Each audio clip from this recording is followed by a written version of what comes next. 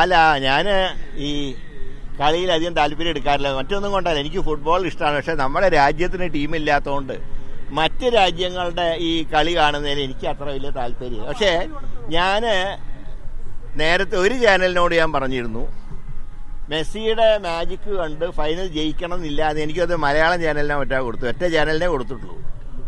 മെസ്സിയുടെ കഴിവ് കണ്ട് ഫൈനൽ ജയിക്കുമെന്ന് പറയാൻ പറ്റില്ല. ഇത് രാഷ്ട്രീയം പോലെയാണ്, എന്തും സംഭവിക്കാം. അപ്പോൾ അത് സ്വാഭാവികമായിട്ടും സ്പെയിൻ നന്നായി കളിച്ചു, സ്പെയിൻ നേടി. അത് അങ്ങനെയൊന്നും നോക്കിയിട്ട് കാര്യമില്ല. ജയിക്കുന്ന ടീമിനെ അംഗീകരിക്കണം. അത് നമ്മൾ ഈ ഇലക്ഷൻ തോൽക്കുമ്പോൾ പറയുമല്ലോ, അവിടെ മറ്റേ ബൂത്ത് കയ്യേറി അവിടെ ആളില്ല എന്നൊക്കെ പറയുന്നത്. കളി ജയിച്ചു, സ്പെയിൻ നന്നായി കളിച്ചു, അവർ ജയിച്ചു. അതിനെ സ്പോർട്സ്മാൻ സ്പിരിറ്റിൽ എല്ലാം കാണണം. രാഷ്ട്രീയത്തിനും സ്പോർട്സ്മാൻ സ്പിരിറ്റിൽ കാണുന്നുള്ള അഭിപ്രായക്കാരനാണ് ഞാൻ.